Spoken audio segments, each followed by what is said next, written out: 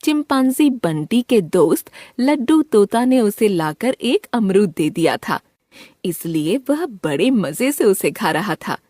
अचानक बंटी की नजर पास में एक मोर पर पड़ी। वो थोड़ी देर हवा में उड़ता और नीचे चला आता। बंटी को दया आ गई और वो दौड़कर उसके पास चला गया।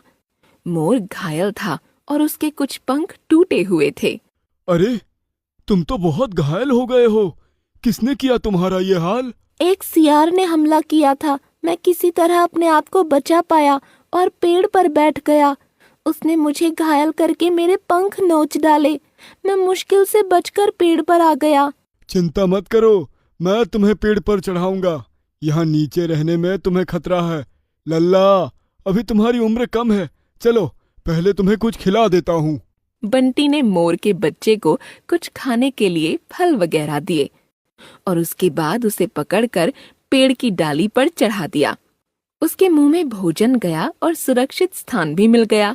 अब वो बहुत प्रसन्न दिखाई दे रहा था। काका, आपका बहुत बहुत धन्यवाद। इस जगह पर मुझे कोई डर नहीं है। लल्ला, चिंता मत करो। तुम्हारा नाम मैंने लल्ला रख दिया है, ठीक है? अब मेरे साथ इसी पेड़ पर रहा करो। बंटी लल्ला को समझा ही रहा था कि इतने में उसे वही सियार दिखाई पड़ गया। वो लल्ला मोर के ही चक्कर में आया था। उस सियार को देखकर बंटी का माथा घूम गया। वो छुपकर तेजी के साथ सियार की तरफ दौड़ा और उसकी पूंछ पकड़ ली। सियार को उसने सचमुच नीचे 2 बार पटक दिया। सियार ने जैसे ही मौका पाया, सर पर पैर रखकर भाग खड़ा हुआ। बंटी और लल्ला मोर में अच्छी दोस्ती हो गई। बंटी दोस्त के खाने का इंतजाम भी कर देता था। वो आसपास ही रहता था। लल्ला का जख्म धीरे धीरे भरता चला गया। बंटी ने उसे उड़ते हुए देखा तो उसे बड़ी खुशी हुई। वो चाहता था कि लल्ला अच्छी तरह से उड़ सके और उसके ऊपर कोई खतरा न आने पाए। एक दिन बंटी कहीं बाहर गया हुआ था और जब लौट कर आया तो उसे आसपास लल्ला नजर नहीं आया। वो उसकी तलाश करने लगा। उसने लड्डू तोते से पूछा, लड्डू, क्या तुमने मेरे लल्ला को देखा? मैंने उसे देखा था। वो उड़कर जा रहा था। मुझे अच्छा लगा कि उसके पंख ठीक हो गए। बंटी को बड़ा दुख हुआ क्योंकि लल्ला बिना बताए ही चला गया था। बंटी लड्डू तोता के साथ जंगल की तरफ चल पड़ा। बंटी नीचे नीचे जा रहा था और लड्डू ऊपर ऊपर उड़ रहा था। बंटी की आंखें चारों तरफ अपने दोस्त लल्ला को ही ढूंढ रही थीं। उसने पेट भरकर खाया भी नहीं था। लड्डू तोता ने उसे सावधान किया था कि जंगल में कुछ शिकारी भी आए हैं। बंटी को लल्ला की चिंता हो रही थी। बहुत देर तक तलाश करने के बाद बंटी को लल्ला दिखाई पड़ गया। उसने लल्ला को आवाज भी दी, लेकिन लल्ला सुन नहीं पाया। इसके बाद बंटी शिकारियों के जाल में फंस गया। लड्डू तोता वहां आ गया। अरे बंटी, ये क्या हो गया? लल्ला के चक्कर में बेखबर होकर तुम खुद ही फंस गए। लड्डू, जाओ, लल्ला को लेकर यहाँ से दूर जाओ।